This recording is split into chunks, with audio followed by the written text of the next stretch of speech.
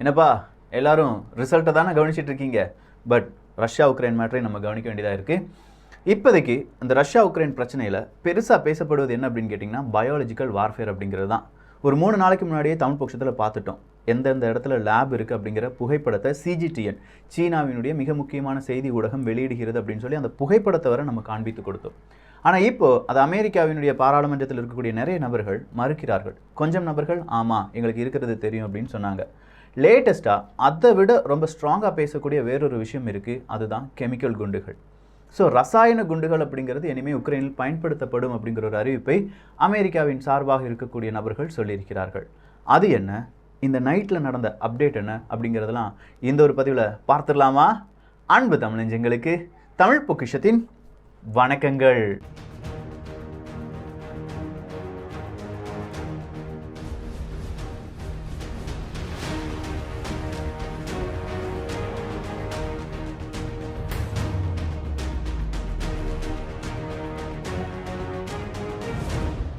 So முதல் விஷயம் என்ன அப்படின்னு கேட்டிங்கன்னா, அமெரிக்காவினுடைய பாராளுமன்றம் அவங்களுக்கு உக்ரைனுக்கு தேவையான ஒரு 12 பில்லியன் அமெரிக்க டாலர் அளவுக்கான உதவிகளுக்கு சம்மதம் தெரிவித்திருக்கிறார்கள். 1.5 ட்ரில்லியன் பில் அப்படிங்கிறது பாஸ் செய்யப்பட்டு அதில் 13.5 பில்லியன் அளவுக்கான எய்ட் அப்படிங்கிறது உக்ரைனுக்காக கொடுக்கப்படும் அப்படிங்கிற ஒரு அறிவிப்பு கொடுத்துருக்காங்க. இந்த அறிவிப்பு மட்டும் கிடையாது, அவங்களுடைய சட்டத்தில் பலவிதமான ஸ்பீட்னஸ் அப்படிங்கிறது கொண்டு வரப்படுகிறது.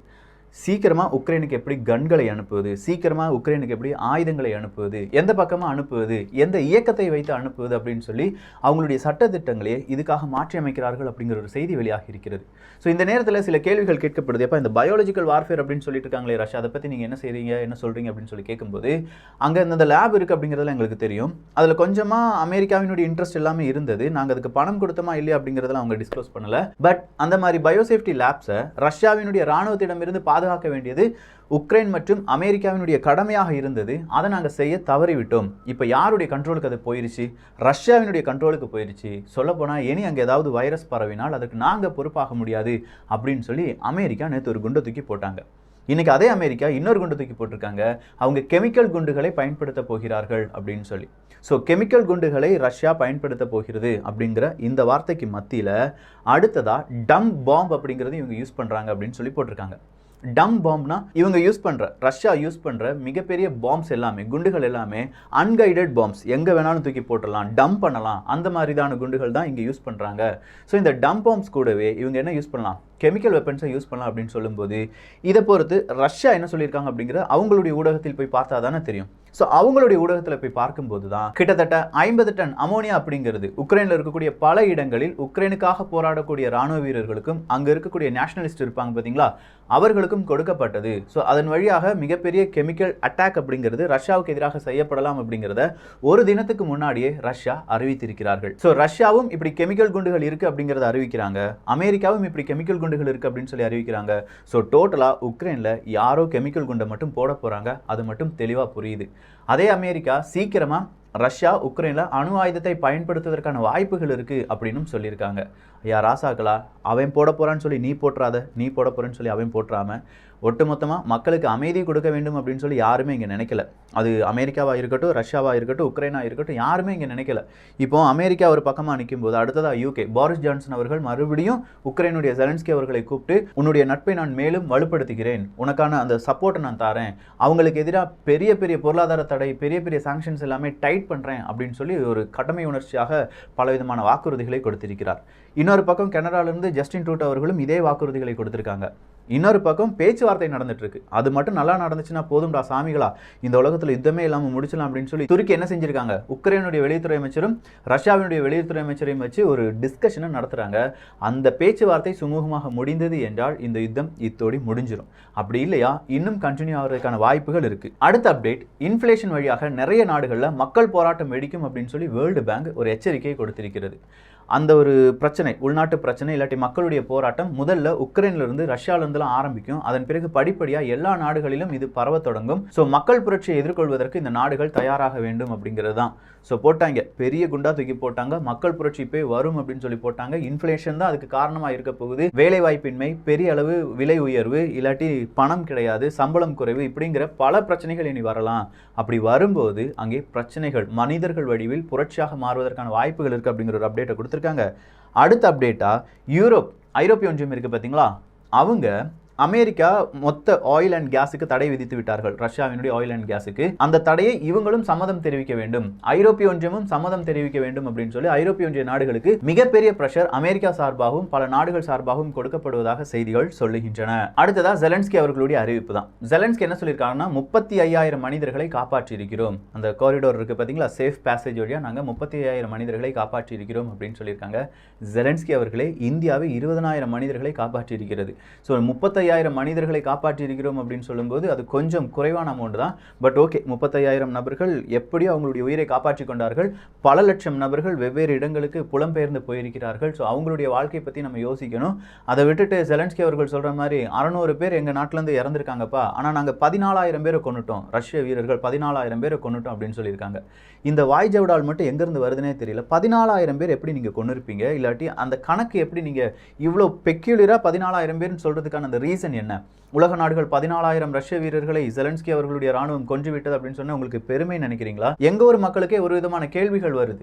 ரஷ்ய படை வீரர்கள் வந்திருப்பாங்க, ஒரு 1000-2000 பேரை நீங்க கொண்டு இருப்பீங்க, நாங்க இல்லைன்னு சொல்லல. 14,000 பேரை நீங்க கொண்டுட்டீங்கன்னு சொல்றதும், ரஷ்ய படை வீரர்கள் பெரிய அளவு வான்படை தாக்குதலை நடத்துறாங்க, அங்கிருந்து தாக்குதல் நடத்துறாங்க அப்படின்னு சொல்லும்போது உங்களுடைய நாட்டவர்கள் 600 பேர் தான் இறந்திருக்காங்க அப்படின்னு சொல்றதுக்கும் ரொம்ப பெரிய டிஃபரன்ஸ் இருக்கு. ஐநா சபையை உறுதிப்படுத்தியிருக்காங்க 600க்கும் குறைவான மனிதர்கள் மட்டுமே இறந்திருப்பார்கள் அப்படின்னு சொல்லி. ஸோ ரஷ்யாவினுடைய இலக்கு அப்படின்னா மனிதர்களை கொள்வது கிடையாது அப்படிங்கிறது தெள்ள தெளிவா ஜெலன்ஸ்கி, ஐநா சபை இவர்களுடைய நியூஸ் வழியாவே நமக்கு தெரிகிறது. அப்படின்னா இந்த ஜெலன்ஸ்கி சொல்றதுல ஏதோ விதமான பொய் இருக்கு. அதை பெருசாக்கக்கூடிய ஊடகங்களும் இருக்கின்றன. 15,000 ரஷ்ய ராணுவ வீரர்கள் காலி அப்படின்னா ரஷ்யாவினுடைய ராணுவம் வீக்கா இருக்கா, அவங்க தடம் மாறிட்டாங்களா அப்படி இப்படின்னு சொல்லியிருக்காங்க. இந்த இடத்துல ரஷ்யா சொன்ன ஒரு பொய்யை நம்ம சுட்டி காண்பிக்க வேண்டியதா இருக்கு. ரொம்ப வெல் ட்ரெயின்டு ராணுவ வீரர்கள் மட்டும்தான் இந்த ஆபரேஷனுக்கு பயன்படுத்தப்பட்டார்கள் அப்படின்னு சொல்லி புட்டின் அவர்கள் சொன்னாங்க. ஆனா அங்கிருந்து வர செய்திகள், அங்க இருக்கக்கூடிய வேறு சில தலைவர்கள் என்ன சொல்லியிருக்காங்கன்னா, இல்ல அது உண்மை கிடையாது, கொஞ்சம் நபர்கள் எங்கிருந்து நாங்க எடுத்திருக்கோம், இந்த மாதிரி சிறை கைதிகள், அந்த சிறை கைதிகள் இருந்து யுத்தத்துக்காக போராடக்கூடிய நபர்களாக எடுத்திருக்கிறோம், அப்படியும் கொஞ்சம் நபர்கள் இருக்காங்க, வெல் ட்ரெயின்டு ஆர்மி மேன்ஸ் மட்டும் கிடையாது அப்படிங்கிற ஒரு அறிவிப்பை கொடுத்திருக்கிறார்கள். ஸோ இது புட்டின் அவர்கள் சொன்ன ஒரு தவறு தான். மேரிபோல்ல இன்னைக்கு மிகப்பெரிய ஒரு தாக்குதல் நடந்தது. குறிப்பா நிறைய ஹாஸ்பிட்டலுக்கு நேரா இந்த தாக்குதல் இருந்தது. அதுல 17க்கும் அதிகமான நபர்கள் காயமடைந்திருக்கிறார்கள் அப்படிங்கிற ஒரு செய்தியும், இதற்கு கண்டனங்கள் தெரிவிப்பதற்காக வேர்ல்டு ஹெல்த் ஆர்கனைசேஷன் எல்லாருமே கண்டனம் தெரிவிச்சிருக்காங்க. சொல்லப்போனா இந்த மாதிரி ஹாஸ்பிட்டல் எல்லாம் குண்டுகள் போடக்கூடாது அப்படிங்கிறது சர்வதேச சட்டமாக இருந்தாலும் அதை மீறி ரஷ்யா செயல்படுகிறது அப்படிங்கிறது அவங்களுடைய குற்றச்சாட்டாக இருக்கிறது. அதை ரஷ்யா செய்திருந்தால் நாமும் அதை வன்மையாக கண்டிக்கிறோம். ஐரோப்பிய ஒன்றியத்தின் சார்பாக மறுபடியும் நிறைய ரஷ்யர்கள் இல்லாட்டி ரஷ்யாவை சேர்ந்த பெரு நிறுவனங்கள் இவங்க மீது பொருளாதார தடை அப்படிங்கிறது தீவிரப்படுத்தப்பட்டிருக்கிறது. இந்த பொருளாதார தடையில இப்ப பெலரஸை சார்ந்த பலவிதமான வங்கிகளும் புதிதாக சேர்க்கப்பட்டிருக்கின்றன. ஸோ சீக்கிரமா பெலரஸ் மற்றும் ரஷ்யா இந்த இரண்டு நாடுகள் எல்லா நாடுகளிலிருந்தும் தனிமைப்படுத்தப்பட போகின்றன அப்படிங்கிறது மட்டும் புரிகிறது. சோனி என்ன செஞ்சிட்டாங்கன்னா, எங்களுடைய எந்த பிளே ஸ்டேஷன் சர்வீஸா இருக்கட்டும், சேல்ஸா இருக்கட்டும், அதை நாங்க ரஷ்யால இருந்து செய்ய மாட்டோம், ரஷ்யாவுக்கு எங்களுடைய சர்வீஸ் இருக்காது அப்படின்னு சொல்லிட்டாங்க. அமேசான் நிறுவனம் என்ன சொல்லிட்டாங்கன்னா, அங்க ஷிப்மெண்ட் பண்ண மாட்டோம்ப்பா, இனி ரஷ்யாவுக்கு நீங்க எந்த பொருளும் வாங்கவோ விற்கவோ முடியாது அப்படிங்கிற அறிவிப்பை கொடுத்திருக்கிறார்கள். இப்படி பெரு நிறுவனங்கள் கொக்கோ கோலாவா இருக்கட்டும், ஸ்டார்பக்கா இருக்கட்டும், எல்லாருமே அவங்களுடைய சர்வீஸை டோட்டலா நிப்பாட்டிட்டாங்க ரஷ்யாவிடம் இருந்து. அமெரிக்காவினுடைய சிட்டிசன்ஸ் யாராவது இந்த உக்ரைனுக்காக போராட வேண்டும் அப்படின்னு சொல்லி நினைத்தீர்கள் என்றால் நீங்க போகலாம். ஆனா எம்பசியினுடைய தூதரகத்தினுடைய உதவிகள் எதுவும் உங்களுக்கு கிடைக்காது அப்படின்னு சொல்லிட்டாங்க. யூகே அரசாங்கம் என்ன சொல்லியிருக்காங்கன்னா, எங்களுடைய சோல்ஜர்ஸ் கொஞ்சம் பேர் நாங்க சொன்னது கேட்காமையே இந்த மாதிரி உக்ரைனுக்கு ஆதரவாக செயல்பட போயிருக்காங்க, அவங்களுக்கும் எங்களுக்கும் சம்பந்தம் கிடையாது, சீக்கிரமா நாங்க அவங்களை திரும்ப எடுத்துக்கொள்வோம், அவங்களை திரும்ப கொண்டு வருவதற்கான முயற்சிகளில் நாங்கள் ஈடுபட்டிருக்கிறோம், நேரடியா உக்ரைனுக்கு ஆதரவாக யூகே களம் இறங்காது அப்படிங்கிற ஒரு அறிவிப்பையும் யூகே அரசாங்கம் கொடுத்திருக்கிறது. ஸோ ஓவராலா பார்க்கும்போது உங்களுக்காக நாங்க ஆயுதம் தருவோம், உங்களுக்காக நாங்க கன்ஸ் எல்லாமே ஸ்பீடா எங்களுடைய லைசன்ஸ் மெத்தடையே மாற்றுவோம், உங்களுக்காக நாங்க கெமிக்கல் வெப்பன்ஸை தருவோம், உங்களுக்காக நாங்க பயாலஜிக்கல் வெப்பனை தருவோம், ஆனா நாங்க உங்களுக்காக போராட மாட்டோம், நீங்க மட்டும்தான் உங்களுக்காக போராடணும் அப்படின்னு சொல்லிட்டு இருக்காங்க. இது உக்ரைனுக்கு மட்டும் கிடையாது, இந்தியாவுக்கும் இதே ஒரு நிலைமை தான் வரப்போகுது.